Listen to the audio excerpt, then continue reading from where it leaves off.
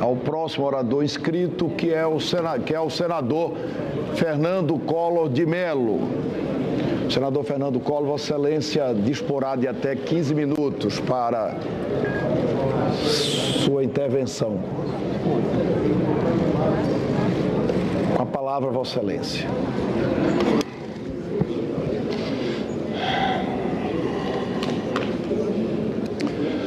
Senhor presidente do Senado Federal, senador Renan Calheiros, senhoras e senhores senadores, ruínas de um governo. Este é o título de uma obra clássica de Rui Barbosa de 1931. Nela, o autor afirma: todas as crises que pelo Brasil estão passando e que dia a dia sentimos crescer aceleradamente, a crise política, a crise econômica, a crise financeira, não vêm a ser mais do que sintomas, exteriorizações parciais, manifestações reveladoras de um estado mais profundo de uma suprema crise, a crise moral. Em 1992, esse trecho foi utilizado por Barbosa Lima Sobrinho como introito à denúncia que apresentou contra mim. Ruínas de um governo. É a expressão de Rui Barbosa para invocar as crises que atingiram o Brasil nos anos 30. Senhor presidente, jamais o Brasil passou como hoje por uma confluência tão clara, tão entrelaçada e aguda de crises na política, na economia, na moralidade e na institucionalidade. Chegamos ao ápice de todas as crises. Chegamos às ruínas de um governo, às ruínas de um país. Este é o motivo pelo qual aqui e agora discutimos possíveis crimes de responsabilidade da Presidente da República. Não discutimos crimes comuns, isto é pacífico. A estes a Constituição reserva o juízo do Supremo Tribunal Federal. Ao Senado da República cabem a pronúncia e o julgamento quanto aos crimes de responsabilidade. Esta é uma diferenciação importante. Aqui julga-se responsabilidade. Em 1992, em processo análogo, bastaram menos de 4 meses entre a apresentação da denúncia até a decisão de renunciar no dia do último julgamento. No atual processo, já se foram mais de 8 meses. A depender do resultado de hoje, mais 6 meses são previstos até o julgamento final. O rito é o mesmo, mas o ritmo e o rigor não. Basta lembrar, entre a chegada no Senado da autorização da Câmara até meu afastamento provisório, transcorreram 48 horas. Hoje, estamos há 23 dias somente na fase inicial nesta casa. O parecer da comissão especial que hoje discutimos possui 128 páginas. O mesmo parecer de 1992, elaborado a toque de caixa, continha meia página, com apenas 2 parágrafos. Isso mesmo, 2 parágrafos. O tempo é outro, senhor presidente. Em 1992, fui instado a renunciar, na suposição de que as acusações contra mim fossem verdadeiras. Mesmo sem a garantia da ampla defesa pelo Congresso, em todas as fases, me utilizei de advogados particulares. 2 anos depois, fui absolvido de todas as acusações do Supremo Tribunal Federal. Portanto, dito pela mais alta Corte de Justiça do país, não houve crime. Mesmo assim, perdi meu mandato e não recebi qualquer tipo de reparação.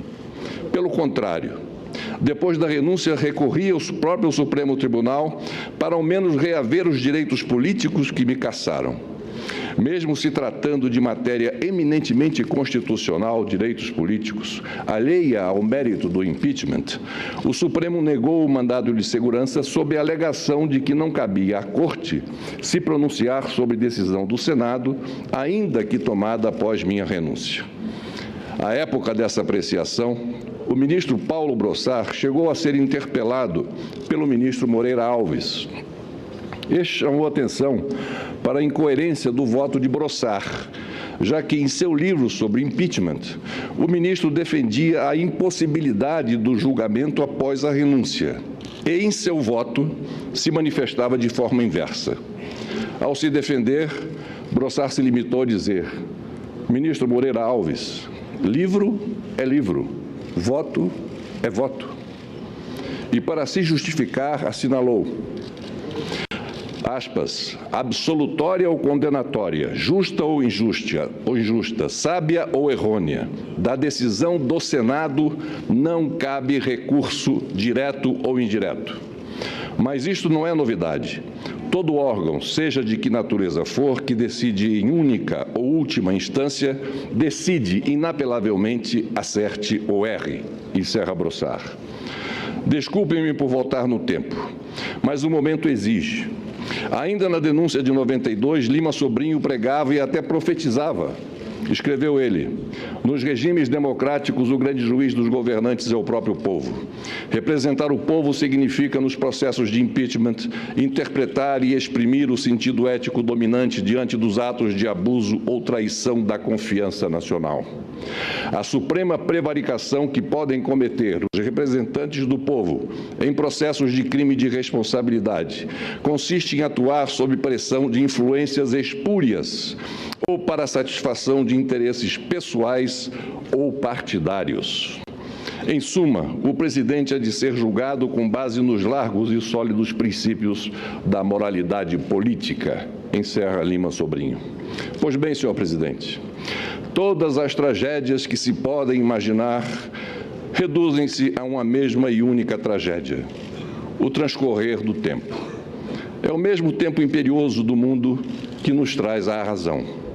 É nesta quadra de adversidade para uns e tragédias para outros que constatamos que o maior crime de responsabilidade está na irresponsabilidade pelo desleixo com a política, na irresponsabilidade pela deterioração econômica de um país, na irresponsabilidade pelos sucessivos e acachapantes déficits fiscais e orçamentários, na irresponsabilidade pelo aparelhamento desenfreado do Estado que o torna inchado, arrogante e ineficaz, na irresponsabilidade pela ação ou omissão perante obstruções da Justiça.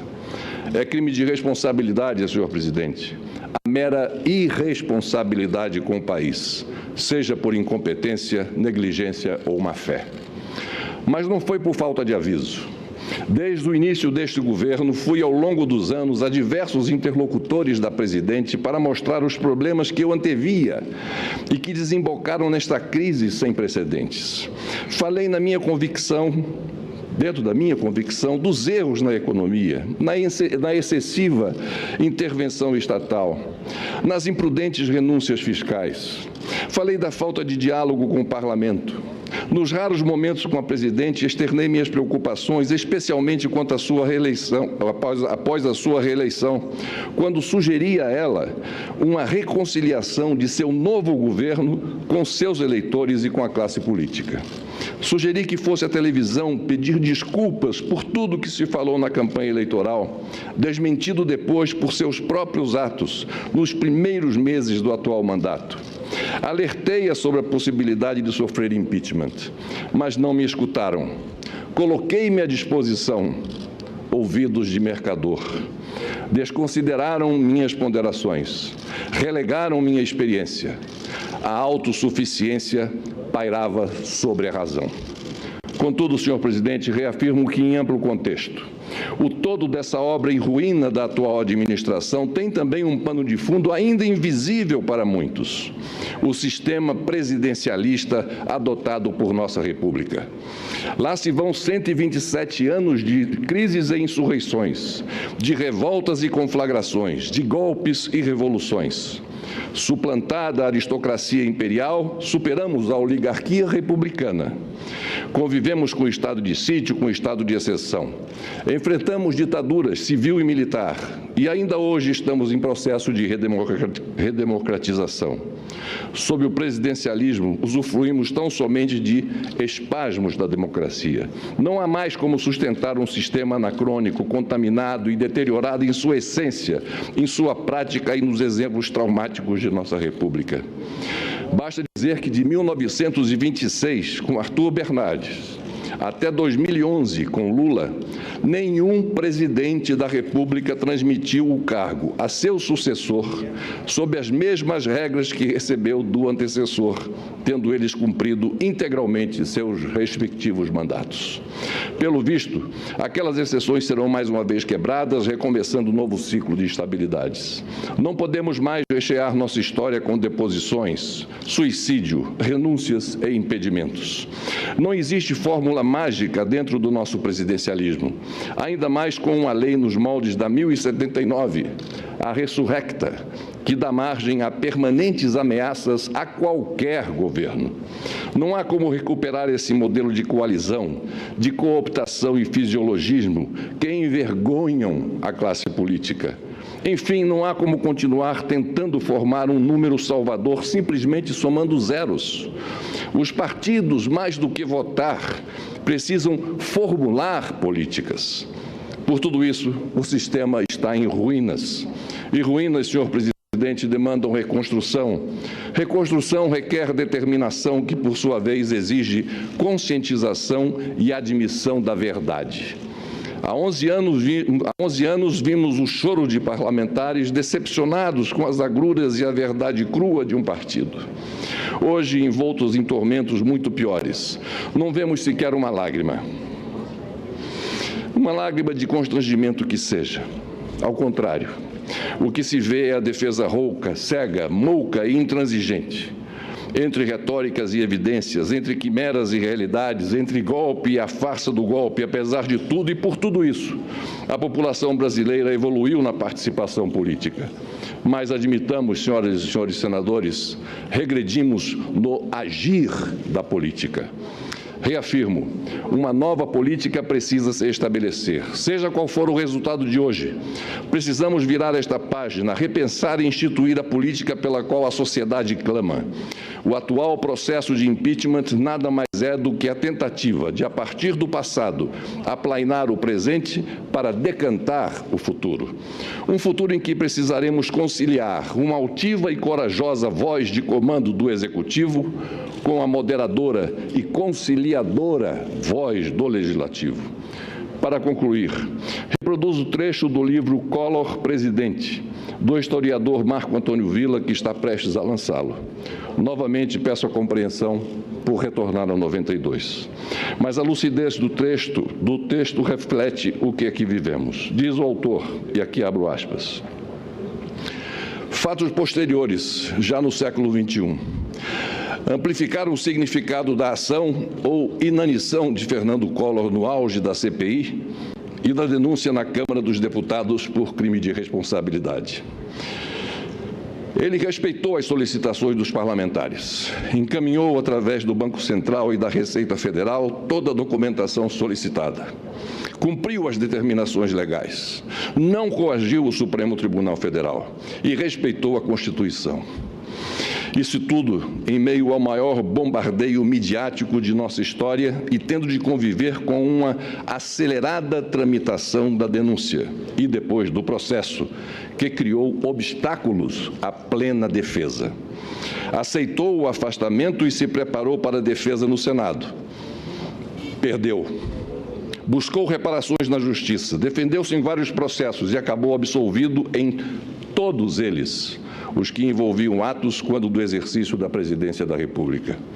A renúncia de Fernando Collor, o impeachment nunca ocorreu, deu a ilusão de que as instituições forjadas pela Constituição de 88 tinham passado no teste. Ledo engano.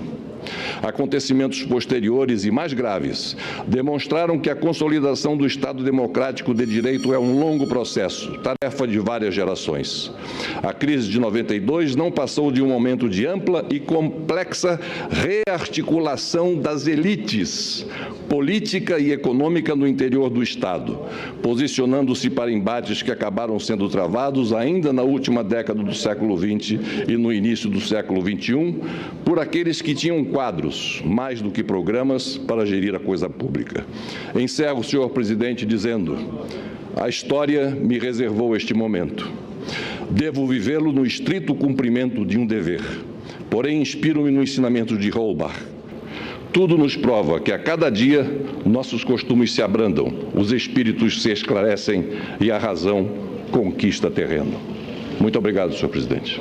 Cumprimento o senador Fernando Collor pelo grande registro histórico que proporciona a essa histórica sessão. Ontem, me permitam lembrar, eu fiz questão de dizer aqui da tribuna da presidência do Senado Federal que essa lei do impeachment, essa lei 1079, é por si só um fator de desestabilização. Eu acho que esse é o ensinamento que a crise tenta mais uma vez fazer. Nós não entendemos, o Legislativo entendeu menos, o Executivo entendeu menos ainda o que aconteceu em 2013,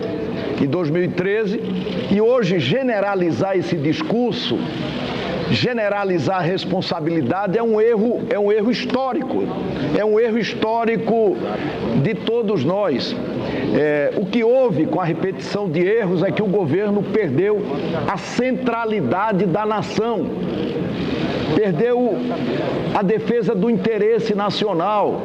Nós deixamos de fazer aqui, ao longo dos anos, o aperfeiçoamento institucional, inclusive mudando essa lei, fazendo a reforma política e demonstrando, sobretudo, o quanto é difícil esse processo de construção democrática. Eu, mais uma vez, quero cumprimentar o senador Fernando Collor pelo histórico depoimento e quero cumprimentar todos os senadores pelo altíssimo nível com que essa sessão está sendo levada.